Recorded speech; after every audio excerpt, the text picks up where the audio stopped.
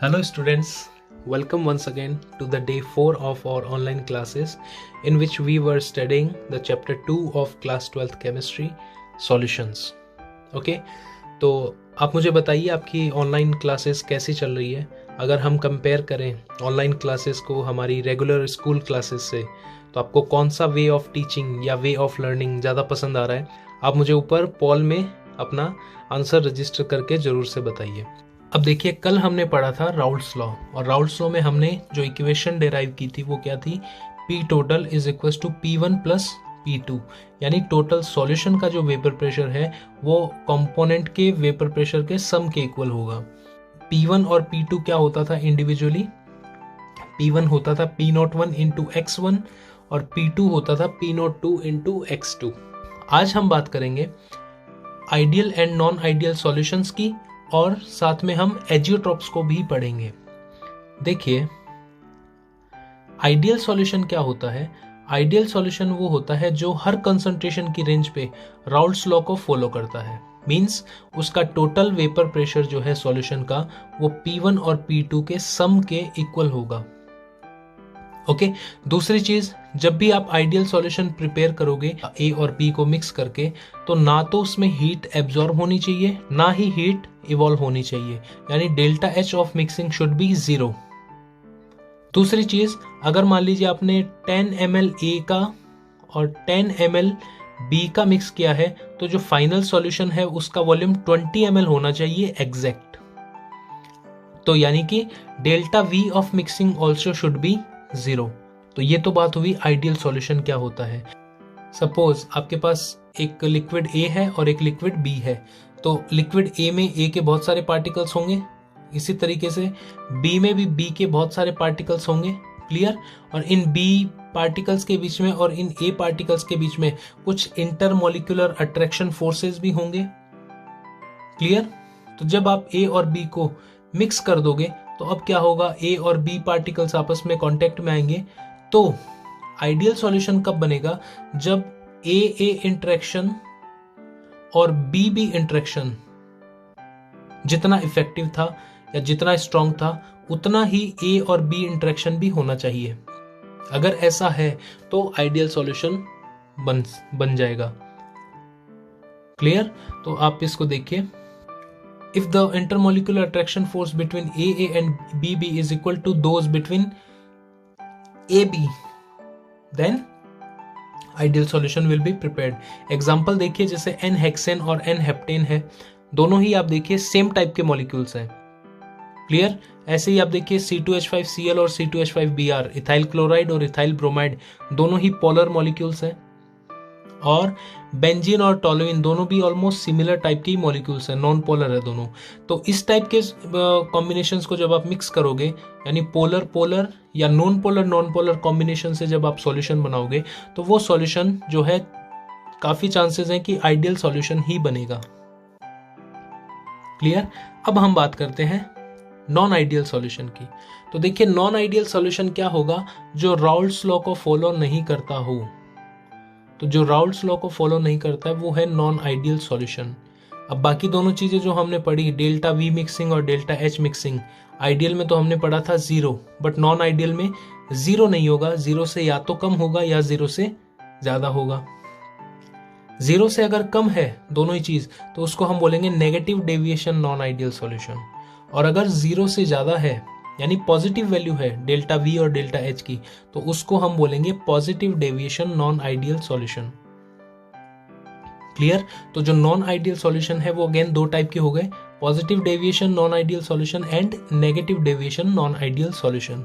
इन दोनों ही टाइप के नॉन आइडियल सॉल्यूशन को हम थोड़ा सा समझते हैं। देखिए, positive deviation non ideal solution में क्या होगा, टोटल वेपर प्रेशर P1 और P2 के सम से ज्यादा होगा। ठीक है, नाम में क्या है, पॉजिटिव डेविएशंस, तो हर चीज एक्स्ट्रा ही होगी। Delta H of mixing is also greater than 0 means positive, and delta we of mixing is also positive. अब पॉजिटिव डेविएशन वाला नॉन आइडियल सॉल्यूशन क्यों बन रहा है, कैसे बन रहा है, उसको थोड़ा सा आप समझिए। सपोज आपके पास प्योर ए लिक्विड है और प्योर बी लिक्विड है। क्लियर? अब जब आपने ए और बी को मिला के एक सॉल्यूशन बना दिया, अब इसमें ए और बी आपस में कांटेक्ट में रहेंगे। तो देखिए, अगर ए और ए के बीच का इंटरेक्शन, बी और बी के बीच का इंटरेक्शन स्ट्रॉन्ग है कंपेयर टू ए और बी के बीच के इंटरेक्शन से, तो क्या होगा? आपने जब सॉल्यूशन बनाया है तो आपने ए और ए को दूर कर दिया सॉल्यूशन में, यानी आपने ए और ए के बीच के इंटरेक्शन को ब्रेक किया। आप जानते हो कोई भी इंटरेक्शन या बॉन्ड को आप ब्रेक करते हो तो एनर्जी खर्च करनी पड़ती है, और कोई भी बॉन्ड या इंटरेक्शन जब बिल्ड होता है तो एनर्जी रिलीज होती है। क्लियर? तो आपने क्या किया? स्ट्रॉन्ग इंटरेक्शंस को ब्रेक किया जो ए और बी के बीच में थे, और आपने वीक इंटरेक्शंस को बिल्ड किया जो ए बी के बीच में है। तो स्ट्रॉन्ग को बिल्ड करो, स्ट्रॉन्ग को ब्रेक कर रहे हो, वीक इंटरेक्शन को बिल्ड कर रहे हो, तो कंपैरेटिवली आपकी जो एनर्जी है वो खर्च हो रही है ज्यादा। क्लियर? और एनर्जी जब खर्च होती है तो डेल्टा एच क्या होता है? पॉजिटिव होता है, यानी एंडोथर्मिक प्रोसेस हो जाता है वो। क्लियर? इसलिए डेल्टा एच मिक्सिंग क्या है? ग्रेटर देन 0 या पॉजिटिव। दूसरी चीज देखिए, ए और ए के बीच में जब इंटरेक्शन स्ट्रॉन्ग था तो इसके पार्टिकल्स कैसे रहेंगे? पास पास रहेंगे। बी के भी पार्टिकल्स पास पास रहेंगे। लेकिन जब आपने दोनों को मिक्स कर दिया तो अब पार्टिकल्स कंपैरेटिवली थोड़ा सा दूर रहेंगे, और जब पार्टिकल्स दूर रहेंगे तो वो ज्यादा वॉल्यूम घेरेंगे, और ज्यादा वॉल्यूम घेरेंगे तो डेल्टा वी मिक्सिंग भी क्या हो जाएगा? ग्रेटर देन 0 हो जाएगा। यानी अगर 10 ml ए का 10 ml बी का आपने मिलाया है तो एग्जैक्ट 20 नहीं होगा, 20 से कुछ ज्यादा होगा, 20.01 हो सकता है या जो भी है। क्लियर? आपको समझ हुआ? अब देखिए, बात करते हैं वेपर प्रेशर की। अगर ए और बी के बीच का इंटरेक्शन वीक है compare to A and B, तो इंटरेक्शन वीक होने की वजह से अब इसकी ज्यादा वेपर्स बनेंगी। ठीक है? और ज्यादा वेपर्स बनेंगी तो वेपर प्रेशर भी इंक्रीज होगा, और वेपर प्रेशर जब इंक्रीज होगा तो P total is greater than P1 plus P2, क्योंकि P1 और P2 में तो जो इंटरेक्शन है वो स्ट्रॉन्ग था, लेकिन जब आपने सॉल्यूशन बना दिया तो P टोटल उससे ज्यादा मिलेगा, क्योंकि इंटरेक्शन वीक होने की वजह से more amount of vapours will be formed. तो आई होप आपको तीनों चीजें बहुत ही अच्छे से क्लियर हो गई होंगी। क्लियर? ये आपको कॉन्सेप्ट समझ में आना बहुत जरूरी है, आगे के क्लासेस के लिए इंपॉर्टेंट है। अब एक एग्जांपल देखते हैं पॉजिटिव डेविएशन वाले सॉल्यूशन का। तो देखिए, इथेनॉल प्लस एसीटोन। इथेनॉल आप जानते हो, इथेनॉल के अंदर हाइड्रोजन बॉन्डिंग रहती है, स्ट्रॉन्ग बॉन्डिंग रहती है, और एसीटोन आप जो है as a non polar solvent use करते हो। तो ये काइंड ऑफ पोलर मॉलिक्यूल है, ये kind of non polar molecule है। तो जब आप दोनों को मिक्स कर दोगे तो इसकी हाइड्रोजन बॉन्डिंग ब्रेक होगी या वीक होगी, और जब हाइड्रोजन बॉन्डिंग वीक होगी तो आपको पॉजिटिव डेविएशन, ये तीनों चीजें ऑब्जर्व होगी। ठीक है? तो ये तो बात हुई positive deviation non ideal solution की। अब देखिए, negative deviation non ideal solution की बात करें तो आप समझ ही गए होंगे, जितनी भी प्रॉपर्टीज हैं वो रिवर्स हो जाएंगी। For example, the total vapour pressure is less than P1 plus P2, the delta H of mixing is negative और less than 0, and delta V mixing is also negative और less than 0। अब ऐसा क्यों हो रहा है? सपोज वही आपने प्योर A और प्योर B को मिला के एक सॉल्यूशन बनाया जिसमें AB पार्टिकल्स प्रेजेंट हैं। अगर AA इंटरेक्शन और BB इंटरेक्शन के कंपैरिजन में AB इंटरेक्शन स्ट्रॉन्ग है, यानी ये वाला इंटरेक्शन कैसा है? वीक है, और ये वाला इंटरेक्शन कैसा है? स्ट्रॉन्ग है। तो अगर ए बी इंटरेक्शन स्ट्रॉन्ग है तो अब क्या होगा? मॉलिक्यूल्स पास पास आएंगे, मॉलिक्यूल पास पास आएंगे तो वॉल्यूम डिक्रीज होगा, यानी डेल्टा वी क्या हो गया? Less than 0।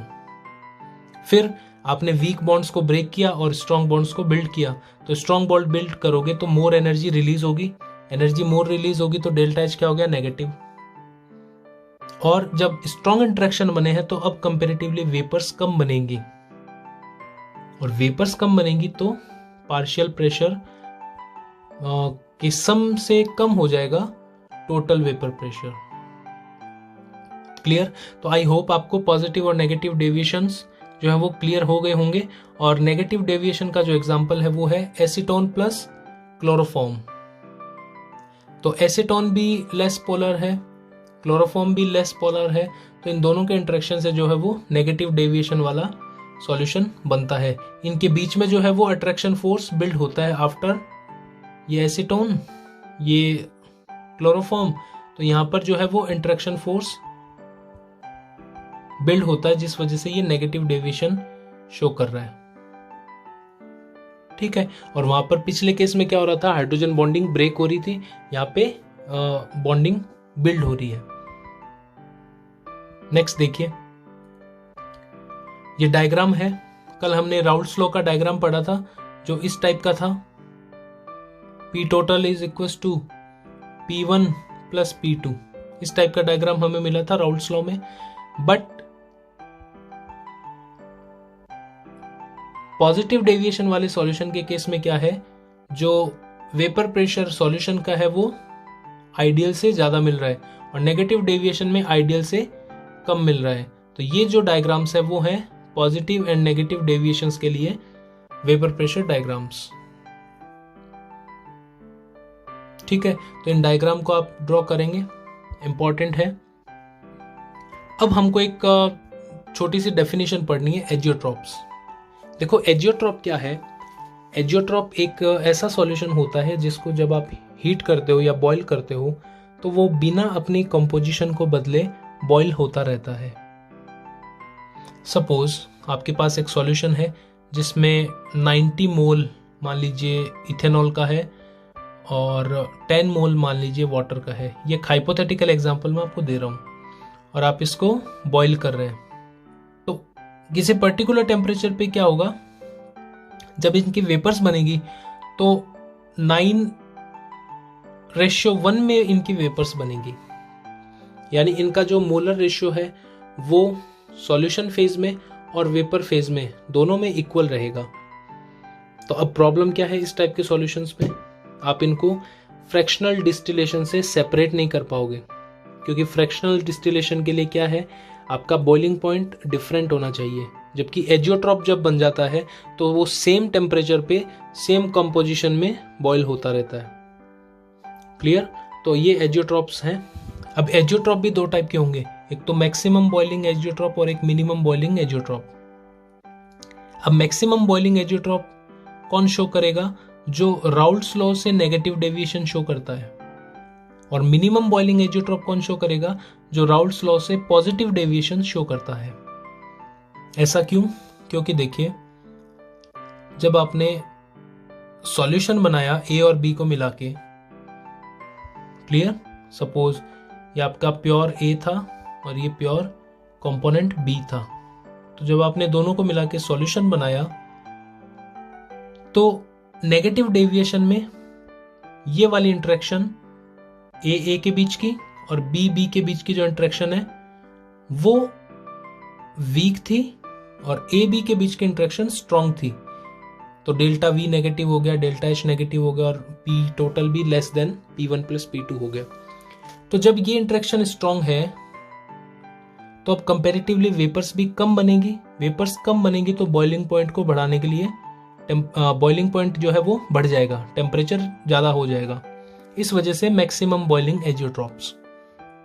इसका ऑपोजिट केस देखिए, अगर ए के बीच की इंटरेक्शन और बी के बीच की इंटरेक्शन स्ट्रॉन्ग है compare to A B interaction, तो क्या होगा, delta V positive, delta H positive, delta जो पी टोटल है वो भी greater than P1 plus P2। तो इस केस में ज्यादा वेपर्स बनेंगी और ज्यादा वेपर्स बनेंगी तो बॉइलिंग पॉइंट आपका कम हो जाएगा। तो इसको बोलते हैं मिनिमम बॉइलिंग एजियोट्रॉप्स। तो आज की क्लास थोड़ी सी कॉन्सेप्चुअल है, आप इसको लेकिन इजीली समझ जाओगे। आपके लिए क्वेश्चन है, आप मेरे को बताइए कि अगर हम इथेनॉल और वाटर को मिक्स कर दें तो कैसा सॉल्यूशन बनेगा, पॉजिटिव डेविएशन वाला या नेगेटिव डेविएशन वाला? थोड़ा सा सोचिए और मेरे को बताइए।